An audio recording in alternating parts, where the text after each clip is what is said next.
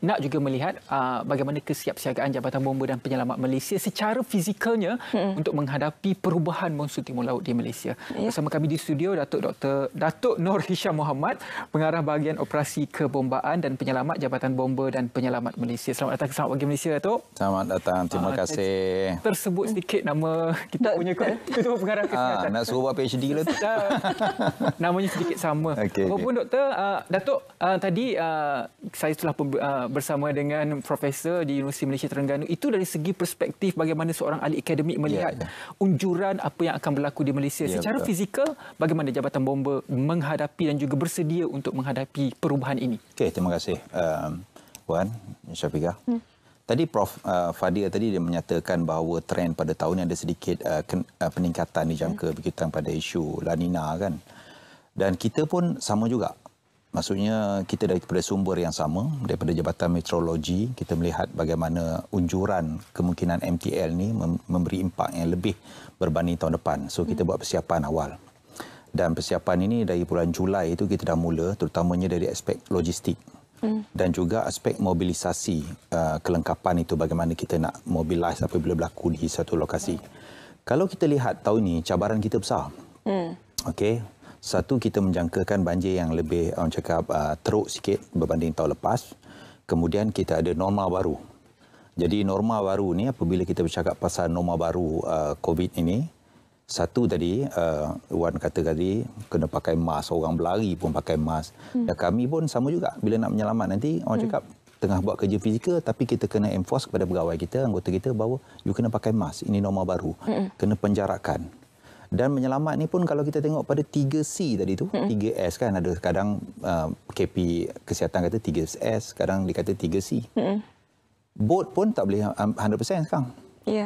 Kan nak buat penjarakan satu meter dah kita kena kurangkan orang masuk. Kalau kita guna lori pun sama juga. Kita dah tanda dah daripada awal lah itu dekat mana orang nak duduk, nak kurangkan, dan kalau boleh kita hanya keluarkan satu keluarga je. Itu yang terbaik kita buat. Dan pegawai kita pun sama juga, kita kena pakai. Dan dalam masa yang sama juga kita kena ingat juga bahawa bomba juga kena COVID. Kan ada pegawai yang sekarang ni kita ada 63 yang positif kontak rapat dengan PUS. So ini kena rancang juga. Maksudnya tak boleh dia orang di kuarantin 14 hari. Kita pun kena juga tutup dia punya kekosongan ini dengan anggota yang lain. So ini perlukan perancangan yang menyeluruh. Namun begitu saya percaya bahawa teknologi sekarang macam Profesor Fadil kata tadi, dia menyokong banyak. Menyokong banyak. Maksudnya kita boleh melihat pada cerapan angin di Laut Cina Selatan, jangkaan hujan, amaran oleh meteorologi, dan juga GPS melihat air. Kalau Ridwan dengan Syifah tengok hari ini, kalau kita tengok pada paras air, ada 9 negeri yang cakap di 20 kawasan utama sungai dah melebihi paras bahaya. So kita akan maklum di ground supaya dia orang prepare awal. So benda-benda tu kita buat peringkat awal, dan sekarang ni kita dalam peringkat pelaksanaan, insya-Allah lah kita akan cuba buat yang terbaik. Baik, apa sebenarnya yang boleh terutamanya mereka yang berada di kawasan-kawasan yang berkemungkinan ataupun berkebarangkalian untuk banjir ini bersiap sedia bagi pihak mereka sendiri, sebab kita tahu SOP kini telah berubah. Kalau daripada bomba mungkin sudah bersedia daripada awal lagi, dah tanda pangkal-pangkal. Tapi untuk kita ni bagaimana persiapannya? Kita kena faham pada norma baru tadi tu. Prinsip tu kita tidak janganlah tunggu sampai hujung you baru nak keluar pada rumah kan. Sebab kita katakan tadi kita nak mengelak antara pencampuran antara orang cakap keluarga ini dengan keluarga A dengan keluarga B. Terutamanya dalam kawasan zon merah tadi tu kan. Kita tak pasti sama ada siapa yang kemungkinan dah ada pembawa penyakit ataupun belum. So kita nak elak pengasingan itu, terbaik ialah kita tahu bahawa bagaimana keadaan air kawasan kita. Kita tengok juga, ambil masa sikit je lah kan, tengok meteorologi Malaysia punya tu, cerapan hujan, tengok amaran kadang dalam handphone tu, jangan kita main game ya kan. Kita tengoklah kan, message, hujan ni kawasan saya ni. Get ready dengan family kan. Kalau maksudnya sekarang ni kalau mask tu, orang cakap selain pada handphone sekarang mask kena bawa. Betul. Jadi kita ada extra mask. Dapatkan extra mask. Kan? Kalau air naik tu, kita orang cakap kita keluar dahulu. Jangan tunggu sampai orang cakap dah last minute tu baru kita nak keluar, menyebabkan kemungkinan berlaku percampuran tadi dalam masa kita buat pemindahan dan juga di pusat pemindahan tu lah. Ya, kalau ikut dari segi jangkaan juga, taburan hujan mungkin lagi banyak, banjir juga mungkin akan lagi banyak tempat yang akan terkesan. Betul. Tapi dalam musim COVID-19, apabila kita nak mengamalkan norma baharu, pastinya dari segi kelengkapan sumber manusia dan juga logistik itu perlu juga ditambah. Betul. Kerana ada penjarakan fizikal dan sebagainya. Betul. Di pihak bomba bagaimana untuk memastikan kelengkapan sumber manusia dan logistik ini boleh memenuhi apa yang akan dijangkakan dalam monsun kali ini? Okey, perkara pertamanya, terima kasih. Soalan susah nak jawab tu. Kalau soalan jauh tu. Sebab yang peringkat kita ni, kita telah untuk di Semenanjung ni, kita telah orang cakap kita bagi kepada 3 kawasan utama. Ya. Sebab kita ikut pergerakan hujan.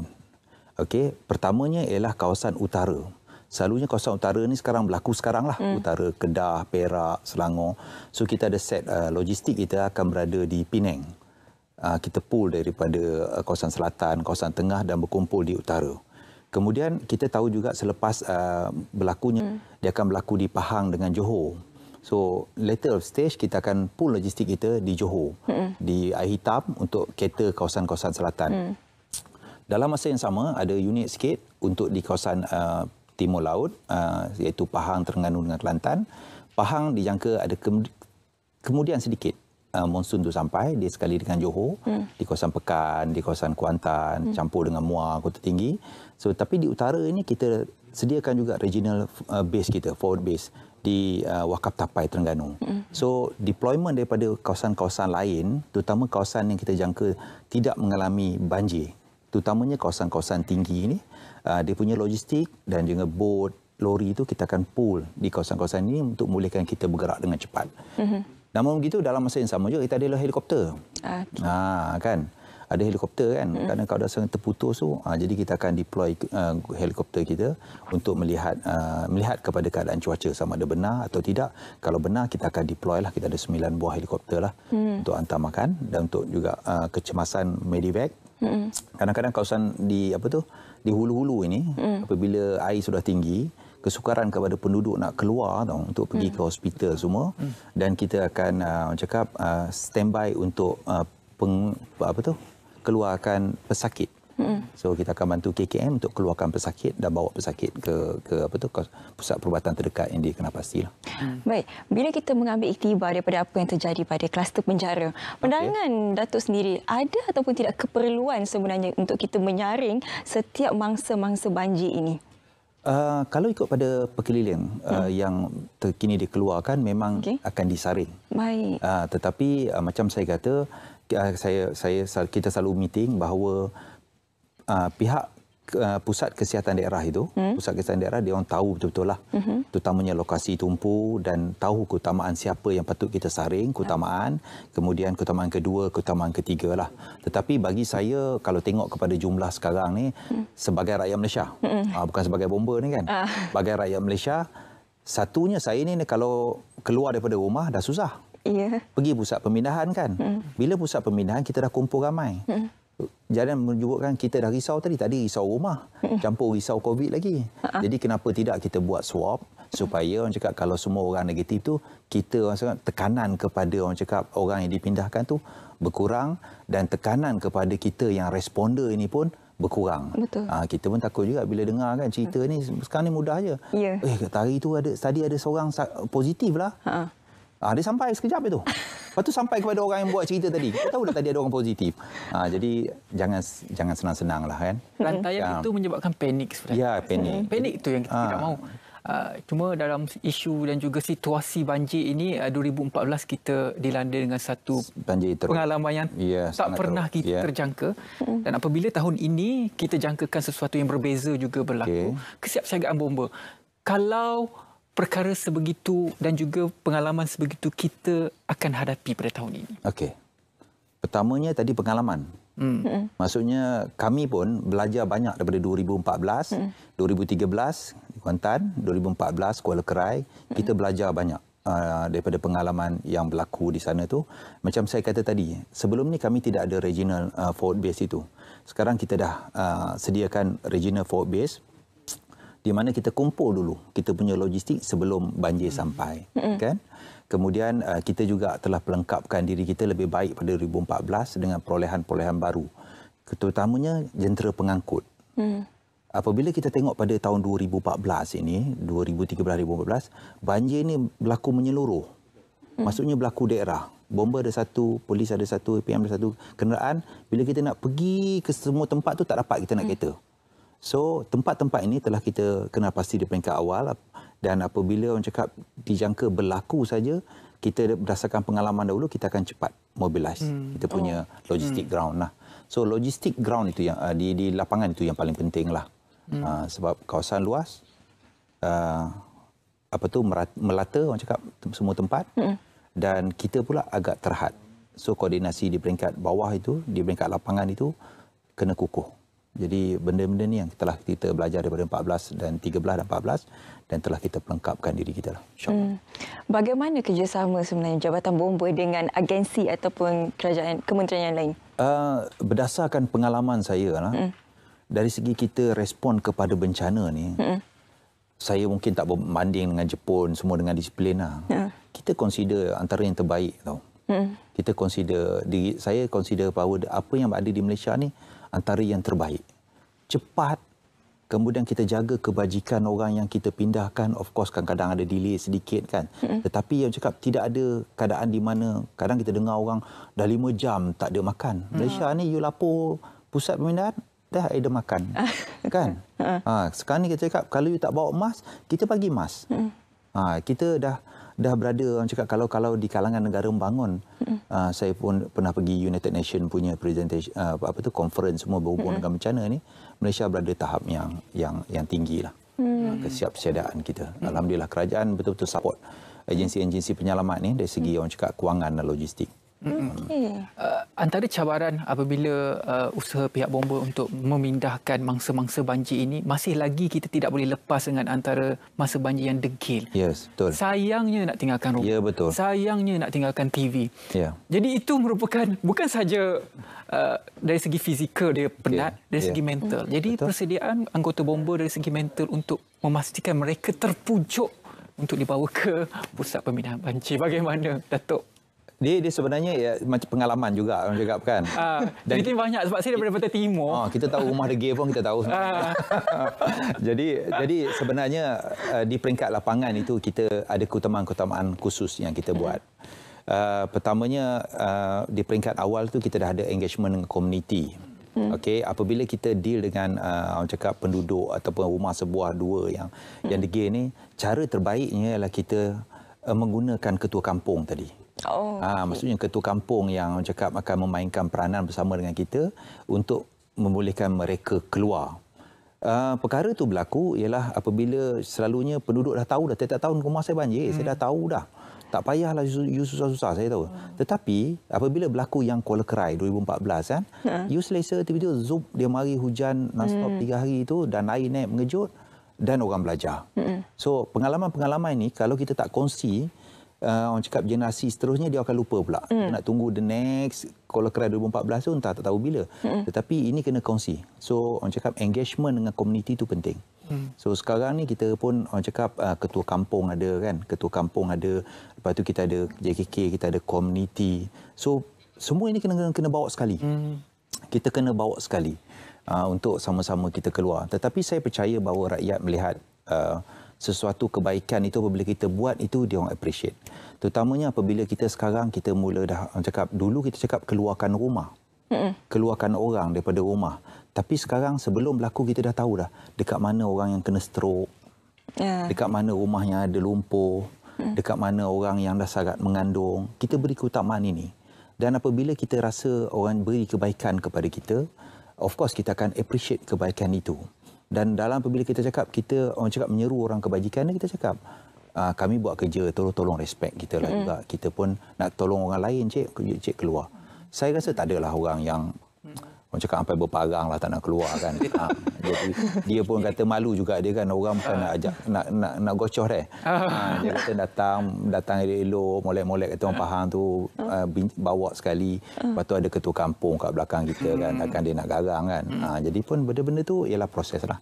But yet saya kata isu pengalaman yang memainkan peranan macam mana kita dealing dengan public ni lah. Mungkin. Jadi kalau ikutkan, kalau mereka tu sudah ada pengalaman macam Ridwan yang berasal daripada Pantai Timur, mungkin tidak ada masalah. Tapi bagi kawasan yang mungkin tidak pernah berlaku banjir, tapi tiba-tiba berlaku banjir, bagaimana sebenarnya kita nak memberi pendidikan kepada mereka, langkah-langkah pencegahan awal itu? Okey. Supaya tak panik. Bagi saya itu yang cakap agensi, kita akan cakap tadi scientifically driven punya data tu kita kena ada. Air naik kat mana untuk kita membolehkan kita mengurangkan impak. Saya tak nafikan bahawa apabila macam berlaku banjir kilat, semua orang tiba-tiba dah keluar daripada rumah awal-awal kan. Kan itu macam kartun lah kan. Dia tak keluar awal, tapi dia dah, orang cakap kita beri signal bahawa majoriti telah mengambil langkah perlu. Pergi tempat tinggi, keluar, angkat barang dulu, dan yang orang cakap sisa-sisa yang orang cakap kita tak sangka naik tempat tinggi, yang itu kita tackle lah. Tetapi satu yang pasti pada masa ini ialah kita beri tumpuan kepada orang cakap makluman-makluman oleh agensi-agensi yang berkaitan. RTM selalu keluar, saya tengok kat bawah kan, caller kita tu maklum. So ambil maklum, ambil cakna terhadap benda-benda ni. Kadang-kadang kita ambil mudah. Kita rasa agensi lain, ada agensi nak menyelamatkan kita. Yes, agensi boleh keluarkan you, tapi harta benda macam mana kita nak buat? Okay? Semalam kita ada orang menebar jala kena apa tu? Kena petir. Takziah pada keluarga mereka. Tetapi yang cakap, kenapa you ambil risiko tu? Kan, kenapa you ambil risiko tu? Kita tak boleh expect agensi, tetapi itu kena datang daripada pendidikan dan juga pengetahuan serta pengalaman-pengalaman lalu. So, kita kena belajar dengan cepatlah. Kesedaran terhadap kepentingan komunikasi.